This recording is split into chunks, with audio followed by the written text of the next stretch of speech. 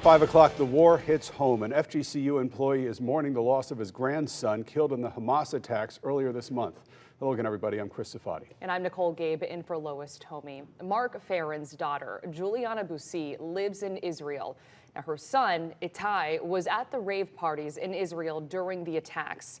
And Wake News reporter Haley Zarconi joins us here in the studio. And Haley, Itai was running toward those who needed help when he was killed. Itai Boussi's mother says her son died a hero. She says instead of saving himself, he ran towards the terror to help others who were under attack. Today, she's talking for the first time after mourning her son for the past 7 days after his burial.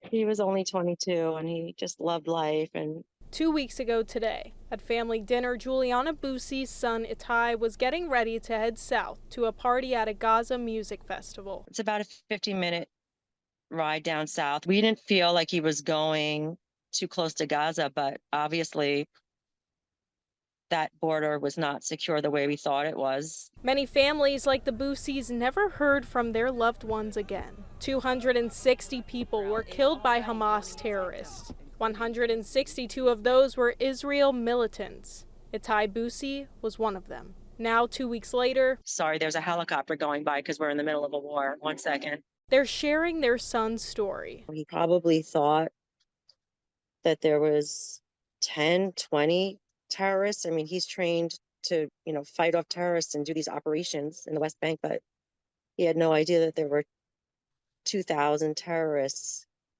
that had came through the border. The Tribe of Nova Music Festival is said to be the worst civilian massacre in Israeli history. Itai's grandfather, Mark Farron, is an FGCU employee. He traveled to Israel to bury his grandson and be with family with war just outside their door. I was sitting shiva for my kid and we were running to the shelter, to the bomb shelter. There were sirens.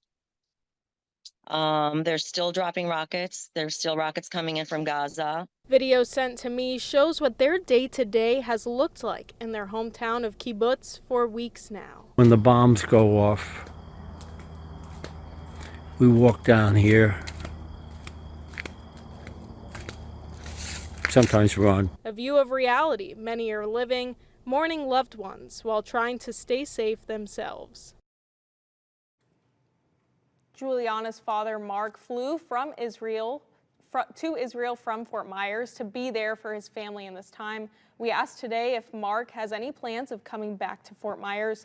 Juliana said for now, they're playing it by ear. They aren't exactly sure when Mark will return to the U.S. All right, Haley, thank you. Sad news there, certainly, and there is some